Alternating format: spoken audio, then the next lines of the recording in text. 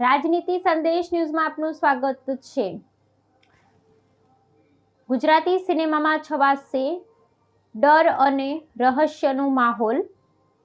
Rehan ચૌધરીની film કબંદાનું trailer ધમાકેદાર રીતે લોન્ચ। ગુજરાતી ફિલ્મ જગતમાં પોતાની આગવી ઓળખ ઊભી કરનાર દિગ્દર્શક રેહાન ચૌધરી ફરી એકવાર દર્શકોને ચોંકાવવા તૈયાર છે।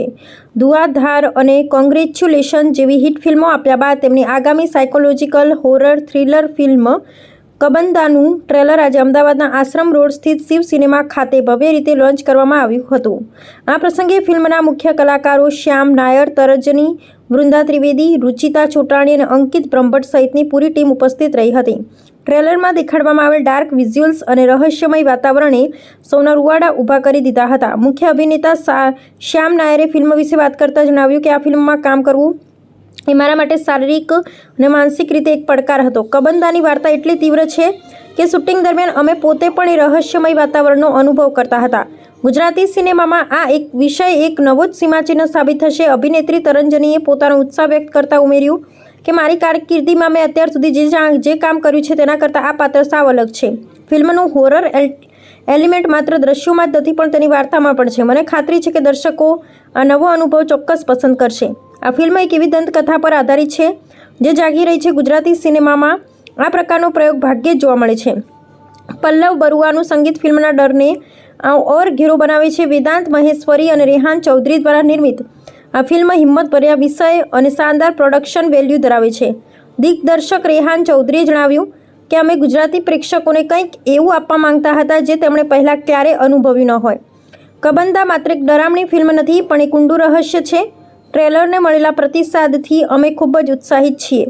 વાર્તા અને ફિલ્મ નિર્માણની સમગ્ર પ્રક્રિયા માટે નિર્માતા વેદાંત મહેશ્વરીએ ખુશ થતાં જણાવ્યું કે એક સારી વાર્તા પસંદ આવી અને નિર્માણ માટે હા કહી। રેહાનભાઈએ એ પણ ખૂબ મહેનત કરી। સમગ્ર ટીમે ખૂબ મહેનત અને ઉત્સાહ સાથે કામ કર્યું છે। હવે ફિલ્મ 29 મેના રિલીઝ છે।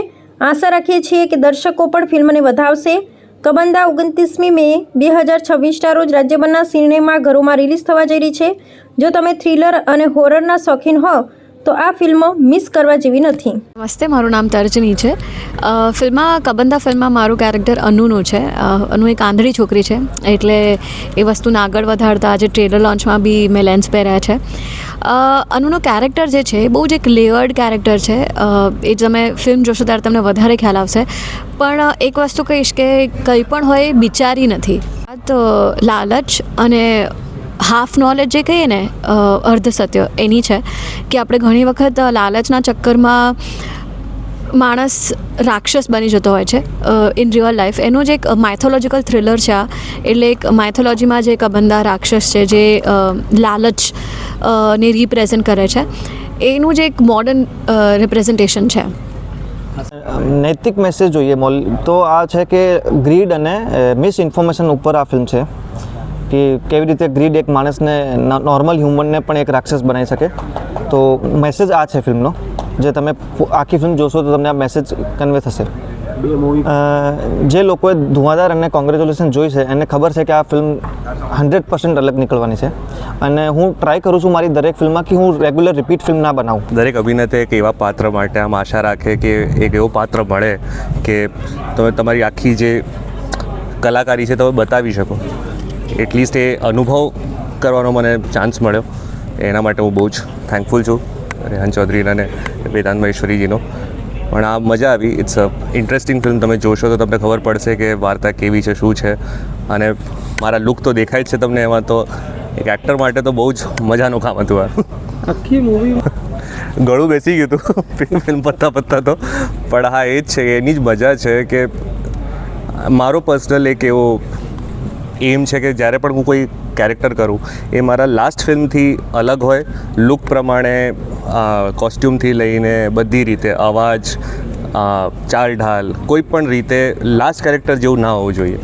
એવી મેં ટ્રાય કરી છે અને આ એ જ બીજો એક અટેમ્પ, આ અમારો બીજો પ્રયત્ન છે કે તમને પણ એવું લાગે કે તમે શ્યામ નાયરનું બીજું કોઈ પણ કામ જુઓ એ નેક્સ્ટ ટાઈમ કબંદાથી બી અલગ હશે। Love story movie human drama જે છે એ મારો સૌથી ફેવરેટ સબ્જેક્ટ છે। પછી એની અંદર આખી દુનિયા સમાઈ ગઈ।